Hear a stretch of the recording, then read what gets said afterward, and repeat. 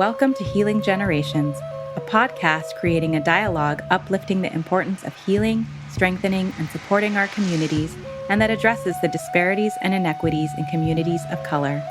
Healing Generations is brought to you by the Healing Generations Institute, a collaborative initiative of the National Compadres Network and the Brotherhood of Elders. Be sure to subscribe to stay up to date on our new releases.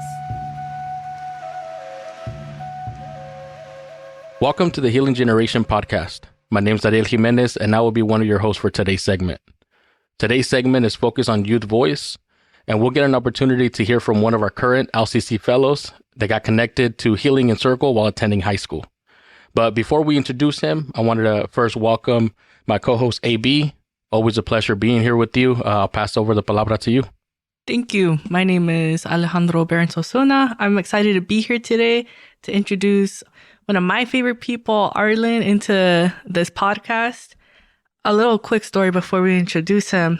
I remember the first time he sat in group and immediately being like, this is the most well-spoken student we've had in group in a while. So you immediately stood out to us. You were always very long-winded with your responses and never afraid to just step into it. So I really just want to welcome Arlen into the space. You know how we do things, just a little conocimiento. Who are you? Who do you represent? And go ahead, take it away. My name is Arlen. I'm 19 and I was born in Delano, California. I don't know if you guys know where it's at. It's more southern California, like 2 hours away from like LA. And well, I moved around since I was a kid. Like we had a house in Stockton at one point, and then after that we moved to SJ, and I've been in SJ ever since then. And then at my current house, we've been there over 10 years now, but I've just been in SJ now. I represent my Mexican community. I want to represent my Mexican community, not just my Mexican community, my Hispanic community, because, well, I mean, we live in the United States and times are harsh nowadays. Honestly, too, now I represent NCN as well. I represent the youth and the community, and I'm going to work and strive to work for the community and the youth and for myself too and my family. No, thank you for that introduction. I want to dive in a little bit deeper to your conocimiento. So I know you said you represent NCN, you represent your community, you represent the Mexican culture. What about those three things are you proud of? Like, why is it that you're so connected to those? I mean, just knowing that my roots come from Mexico. I mean, my parents, they did everything to come over here and just give me my life. And I just feel really connected to my Mexican roots because that's where I come from. And I always got to remember that deep inside of me, that's a part of me. But not even just my Mexican roots. It's more towards my indigenous roots as well. I need to take a DNA test to see what I got in me, but I know I got some, native in me and then some Spaniard in me. Who knows what else, but yeah. No, definitely. I think a lot of the times when we represent our Mexican roots, sometimes we leave out the indigenous part, right? Not acknowledging that if we've been in these lands for many of generations and many years, right, that our roots eventually lead to that indigenous part. So I appreciate that.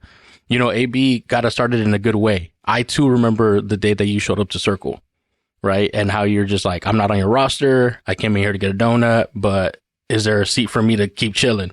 So I remember that. So let me ask you, how did you get connected to Joven Noble? And how was your first touch point? All right, so for Joven Noble to get connected, well, I transferred to Foothill, and I found my old friends from middle school. I hadn't seen them in years. Well, Joel, I seen him in like freshman year, but I mean, like, you know how the youth be, stuff happens, you get kicked out of school. So I didn't see him for like a long time. But then I reconnected with him when I went to Foothill. And there was like one day I was at break and they're like, oh, we got to go to group. It was him, Felipe, and Michael. And they're like, you want to come with us? And they'll give you free food. I'm like, all right. And I walked in there. I met Ariel and I was like, I'm not in a group, but can I get a donut? And then, he gave me a donut. And then I was like, can I stick around for a group? See how it's like? And he's like, yeah, you're going to have to get added next time around. And next time around, I did get added to group. Ariel pulled me out of class with an AB, I remember, and Christian. And we did my paperwork on the table. And then I was at group. And I'm glad that happened.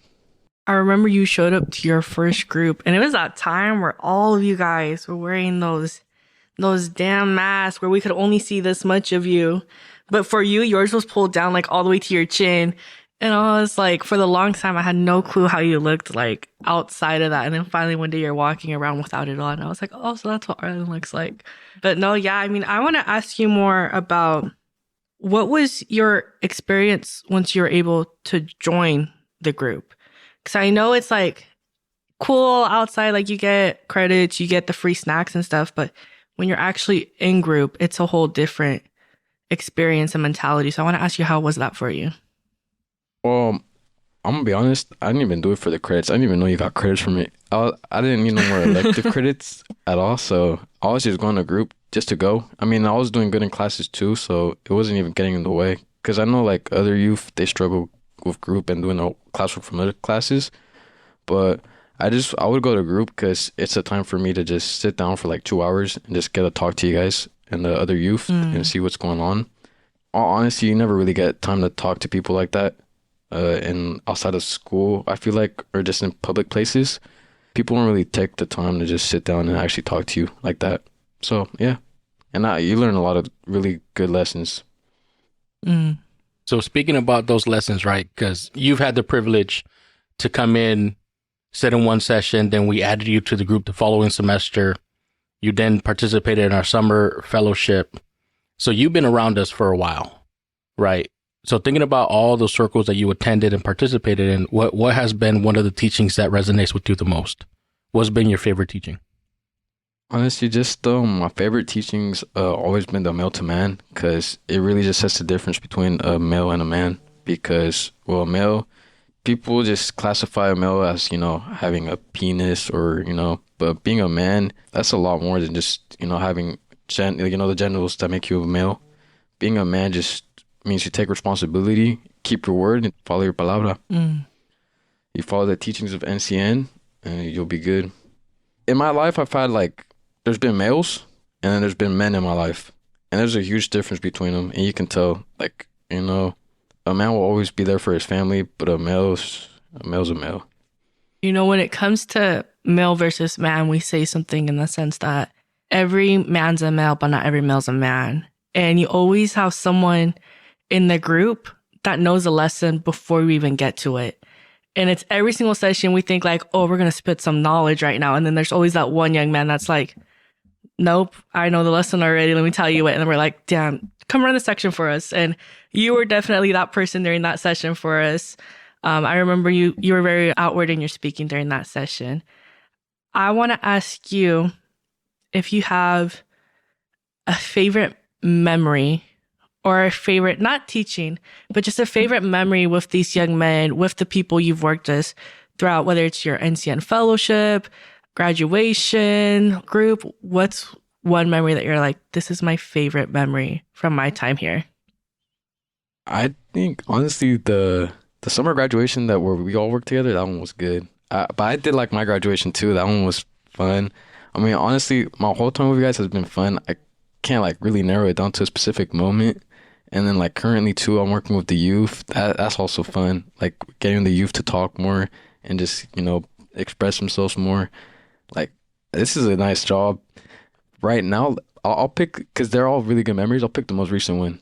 Ariel wasn't here but your dad was here. We did and your mom helped out too. We did a whole ramen bar for the youth that we do at the district office. That was pretty cool. Yeah, we're doing a district group right now, and we have a little bit of a bigger budget, right, where we could go a little bit better on food selection, right? We do some deep dish pizzas, we could do some Taco Bell, we could do some burritos. So then we started asking, what do you all want? They're like, oh, if you just do sopa maruchan, that's where I'm like, what? Sky's the limit. They're like, no, we want to do a spread.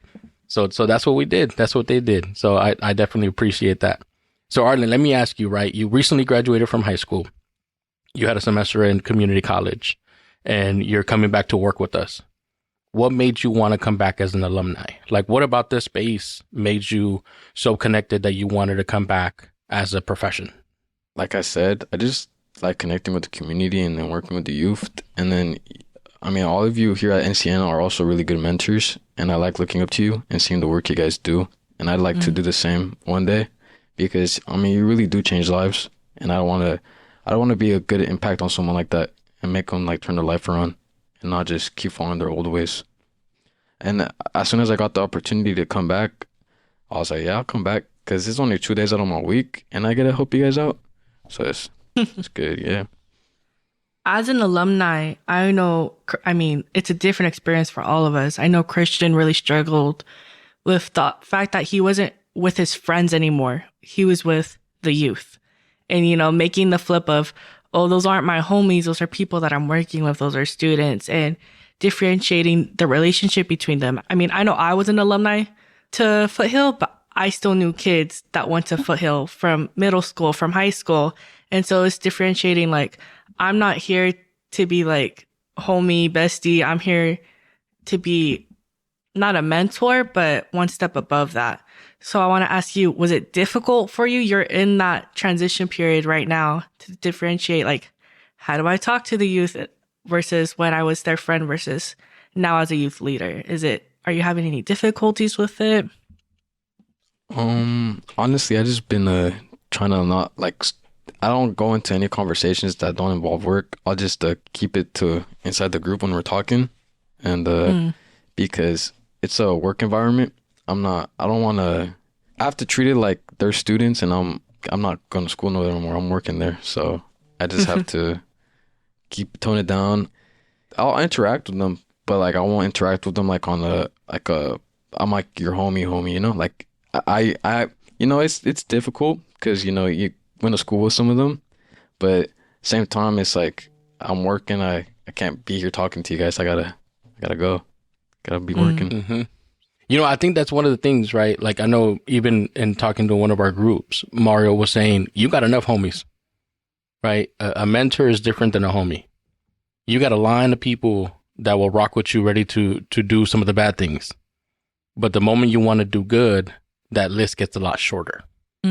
Right. So I think you transitioning into being a mentor and saying, I rock with you through the good and the bad, they're going to value that in the future, 100%. You mentioned transferring into Foothill and how that transition for you allowed you to focus more on school, allowed you to get your stuff together. What about the Foothill campus helped you graduate in comparison to maybe the traditional high school? Like, what about that experience was helpful for you? Oh, here, let me tell you guys something cool about Foothill. When you go to Foothill, like compared to any other high school, no other high school will the principal personally sit down with you the first day of school and talk to you, Because Miss Ramirez, she got me in the office and she talked to me. She's like, how can I help you graduate from here as soon as possible? And I mean, she helped me get on the 130.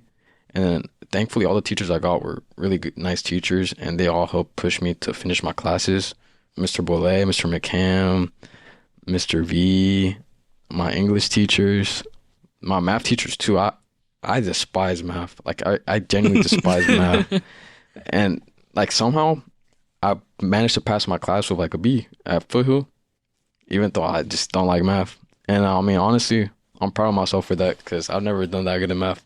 And also just being with students that been through what you've been, it makes the environment I guess I'll say feels more welcoming and more secure compared to going to like a huge public school and you just have this group of like this group right there and you got another group of kids over there and you got like over 2,000 students in the same school.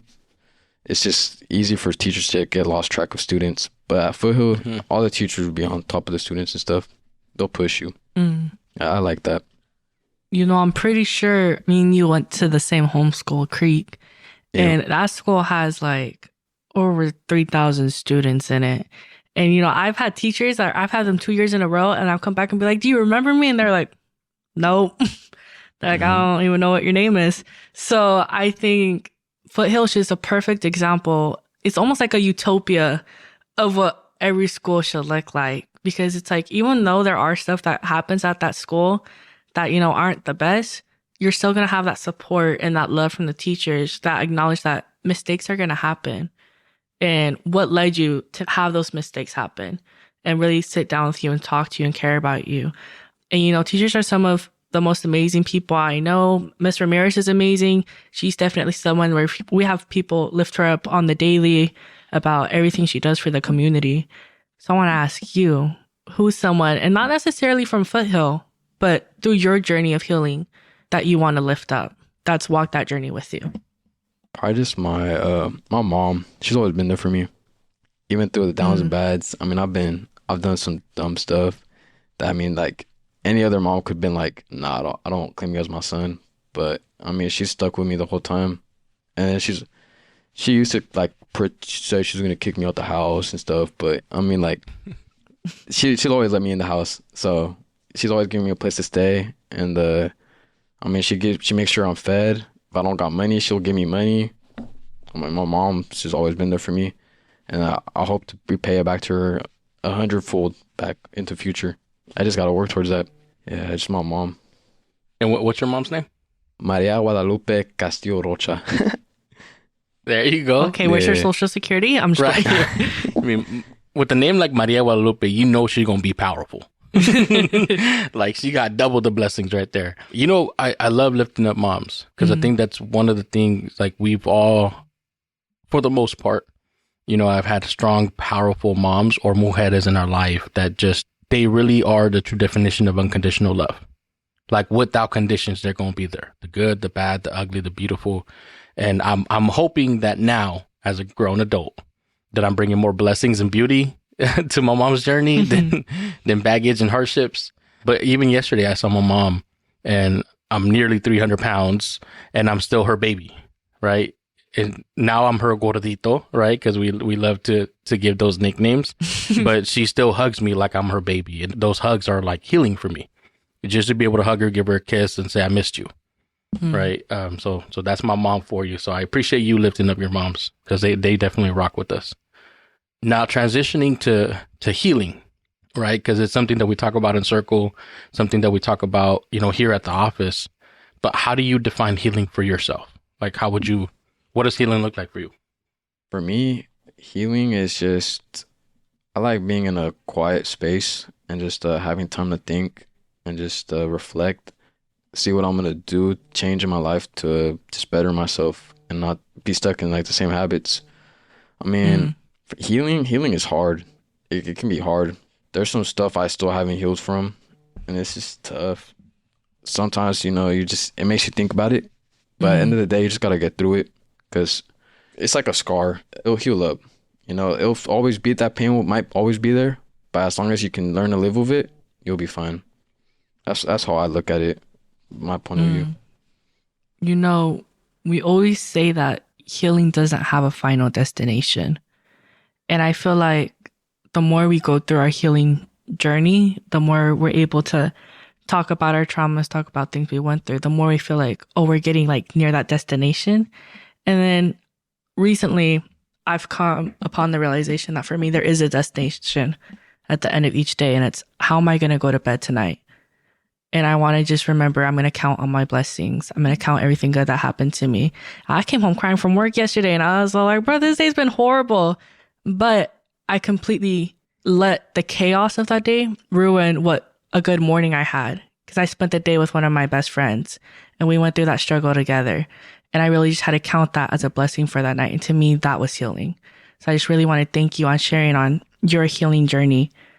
When we talk about struggle and sadness and, you know, traumas that we go through, we tend to forget that a lot of youth don't have a school like Foothill, don't have people like Ariel, like my dad, like Miss Ramirez out there to come out and support them. So what would you say to someone right now who's by themselves, who's in their room listening to their podcast, going through it? What advice do you want to give them? The best advice I could give you is just go out in the world and connect with new people. The best way of healing yourself is always going to be connecting with new people, learning new things, doing new hobbies. I mean, like you said, healing, I mean, it could always be a long journey. But as long as you always have stuff in your life that keeps you occupied, keeps you happy, and just keeps you away from those negative thoughts, anything that can uplift you. I mean, honestly, though, I just recommend talking to people. Like, there's some really good people out there. Sometimes you just gotta go out there and talk. It can be scary, though, like, because you know how it is nowadays. People just get scared. They think everybody's gonna, like, they have, like, bad thoughts, or I don't know. But I just say, it's always good to talk to somebody. even if you think nobody's going to be there to talk to you, there's always going to be someone to talk to you. And there's a bunch of like sources online too to help you. There's always someone willing to listen. The hard part is talking about it, especially if you grew up in our culture. All right. Yeah. I remember going to my tia's house and my mom saying, before we go inside, don't mention A, B, or C, right? She gave me a whole list of things that I wasn't able to talk about. Don't mention that me and your dad got into a fight. Don't mention that your sister did this. Don't mention, your brother's locked up. So sometimes that first step of just reaching out is probably the hardest and the biggest hurdle. But then once you do, then you realize, oh, damn, I'm not alone. Right. So that's hard. Knowing what you know now, because you've been through some stuff and you've been through some downs, but you've definitely been through some highs. Right. And I've been able to witness you do a lot of that. Even give a speech at a graduation, being asked to give a speech. Right. So when I think of you, I think of some of those highlights. But if you got an opportunity to talk to your younger self, maybe your 14, 15-year-old self, maybe your junior high self, what does that conversation look like? What is a piece of advice that you would give to yourself if you were able to have that? I would just sit down with myself, and I don't think my 14-year-old self would listen though. That's the thing. Like, working with the youth now has just made me realize how I was at 14 years old.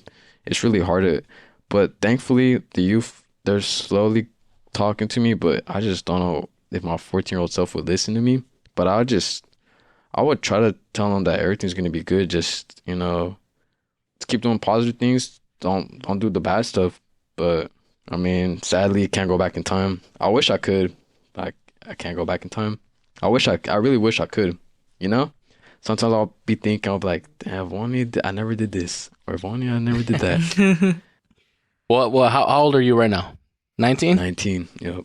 So you're 19, right? We have a mentor, Ozzy Cruz, that says a beautiful thing about tomorrow is that we get another opportunity to better do, undo, or redo. So you might not be able to go back in time and fix some of those, but definitely going into the future, there's different ways that we can work on to make sure that we don't keep repeating those cycles, right? So sometimes we do get stuck in the past and forget that we could always work towards the present and the future. So I just wanted to offer that, bringing in Ozzy Cruz into the conversation. Appreciate that.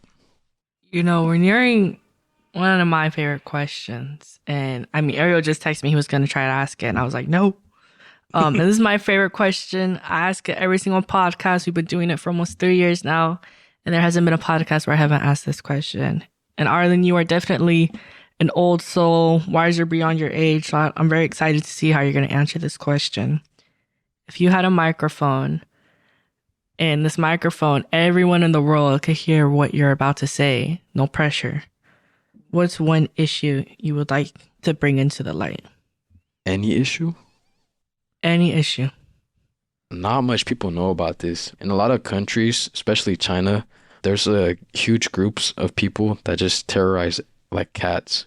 Like there's in China they have little homes set up where they feed like cats. They don't have homes, so they feed them. But there's these huge groups. I guess you can just classify them as terrorist groups because they just kidnap the cats and torture them for money, like online. It's happening a lot over the world. The Chinese government, they don't care about that. It's to them, animals are just animals. Everything was made by God. All the little animals and critters. I just hate seeing cats are getting murdered.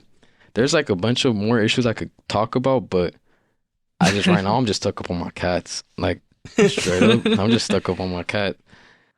That's the most unique answer.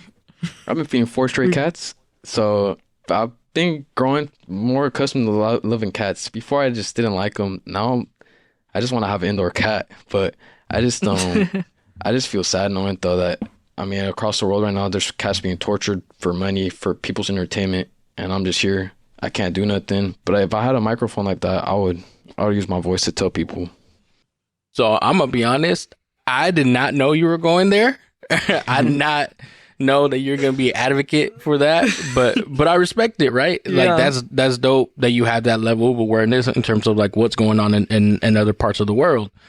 I didn't know that was going on even in the social media world and in certain websites, right? Because you don't know what people really feed into, and so I don't know what's going on. It's there is a movement like trying to stop it, but it's super small. Like there's only like probably like 80K people like trying to stop that, and it's difficult because it's across the world. You're dealing with the CCP, Chinese Communist Party. You know, they don't really care about that, and they're not going to listen to no Americans or Europeans about issues in their country. And it's just something I'm just seeing from afar. Well, I'm not going to get political right now, but I do want to focus on our four-legged relatives, right? Because I know in Circle, you know, we do say all my relations. And when we talk about all my relations, we say whatever's going on with us impacts all the people around us, impacts our four-legged relatives, our winged relatives, our water relatives, and creepy crawlers, everything, right? So you lifting that up is important. And even, you know, in our trainings, we talk about what animal best represents you. So to us, it's important that we also protect our little critters, right? What animal best represents you? When you were sitting in that circle and you had to answer that question, what was your answer? I don't remember if I think I said like a mythical creature at first, but then I was like, no, I'm just kidding. For me, I think the animal that always has most connected to me has been a wolf, but not just any wolf, probably just like a lone wolf. I've always just liked to be on my own. But I mean, recently though, I've been more welcoming. I've accepted people, I guess you could say, to my pack, you know? So over the years, I've grown to accept more people. So I like to connect myself to a wolf, you know, just having because wolves are just a family bonding creature. You know, they work in the pack together. They keep the old and the young safe. And yeah. I respect that. And I mean, we could dive in deeper at a different time, right? In terms of like the meaning of the wolf and the coyotes and how we didn't domesticate them. They domesticated us, right? But even in that relationship, how the wolf travels, it's important, right? They let the elders and the sick and the hurt lead the way. And actually their leaders are right behind them. So they don't lead from the front, they lead from behind, right? So there's a lot of different teachings that we've been able to learn from our four-legged relatives. So I appreciate you bringing that up. Now, you know, we're getting close to the end of this conversation, but I want to ask you, you know, when we welcome people into the LCC fellowship, we really are focusing on supporting the next generation of community workers, the next generation of community healers, the next generation of folks who are in healing for themselves, right? So you're part of that. So thinking about that next generation, what advice would you have for them? Honestly, my advice would be get yourself connected with any groups that are here to heal or mentor you, because I mean, it's honestly the best advice you could get if you don't have anybody else in your life to give you a good example of how you should live your life. Because I mean, most of us, or like me, I grew up with bad examples growing up, which led me to, you know, do the same bad examples. Getting connected with like NCN, like even groups like New Hope too. I mean, they help, they'll mentor you out, they'll help you out, and they'll always be there for you. I mean, you guys would text me even when I wasn't part of the NCN, seeing how I was doing, and I appreciate that a lot. Not a lot of people would go out their way to check up on others like that. So I just think for the new generation, just find people that will mentor you and will always have your back, no matter what, through the thick and thin. Always be there. You know, Arlen, I just want to thank you for sharing this space for us for almost a year now, having to deal with me, Ariel, Christian, all of us. I know we're a lot sometimes. So I just want to thank you so much. We're nearing the end, and I just want to ask either of you, is there anything either of you want to say for closing remarks towards the listeners, towards yourself? Arlen, is there any questions you want to ask us? I know recently we've started adding that to the end, and people be coming up with the weirdest questions, but you know, we're down to answer them. But I'll pass it on to Arlen first, and then we'll pass it on to Ariel. I mean, I'd like to thank everybody here for listening to this podcast. I'd like to thank Cisco, Ariel, and you too, AB, for, you know, participating with me in this podcast and helping me out, giving me these questions to answer, and let everybody know a little bit more about myself. I mean, I don't have any questions for you guys, for the viewers. I mean, just take care of yourself. Keep listening to NCN. Keep tuning in with the podcast. Just keep living life. Keep that smile on your face as always. Never let the downs get you. Just always think about them ups. At the end of the night, I'll pray to God or whoever you believe in, and get that good sleep, and hope you wake up the next day. As a perfect way to end it right there. I'll go ahead and jump in with my closing remarks. Arlen, I just want to express my gratitude to you. From the moment you walked into the group in the most respectful way, introduce yourself, carried yourself with honor. Whatever it is that you did before you got to that door, just know that I saw all of the people that poured love into you and all the people that taught you how to carry yourself with honor. And every interaction since has just reaffirmed all of the beautiful values that you walk with each and every single day. So I just want to say thank you to you and also all of the people that you carry on your shoulders when you walk into any space. Thank you. I appreciate that. Second, in general, for me, is I just love that next generation. I know we're in good hands because when I look at you, when I look at Edgar, when I look at AB, Christian, all of the beautiful people that are willing to go above and beyond, not only for themselves, but for their circles and their community, I know we're in good hands. Regardless of what this world might bring, I know that we're headed in a good direction because of people like y'all. So I appreciate each and every single one of you. I will do my best to keep these ideals hold up because honestly, it's a good way to live and I love it. Yes, it is. Thank you both. I want to thank Ariel for always being an amazing co-host podcast person to do this with. I love you. Arlen, when Ariel came to me that summer and asked which youth do we need for this fellowship, you were the first one I thought of. You got that space in my heart. I have much love for you too. Thank you to our listeners. Make sure you check us out at La Cultura Cura on Instagram and National Compadres Network on Facebook. Always a big thank you to listening to the Healing Generations podcast, specifically the youth portion. And yeah, thank you. Have a good one. Much love, everybody. Have a good one. For more information about Healing Generations and the Healing Generations Institute, visit nationalcompadresnetwork.org and be sure to subscribe to stay up to date with our new releases.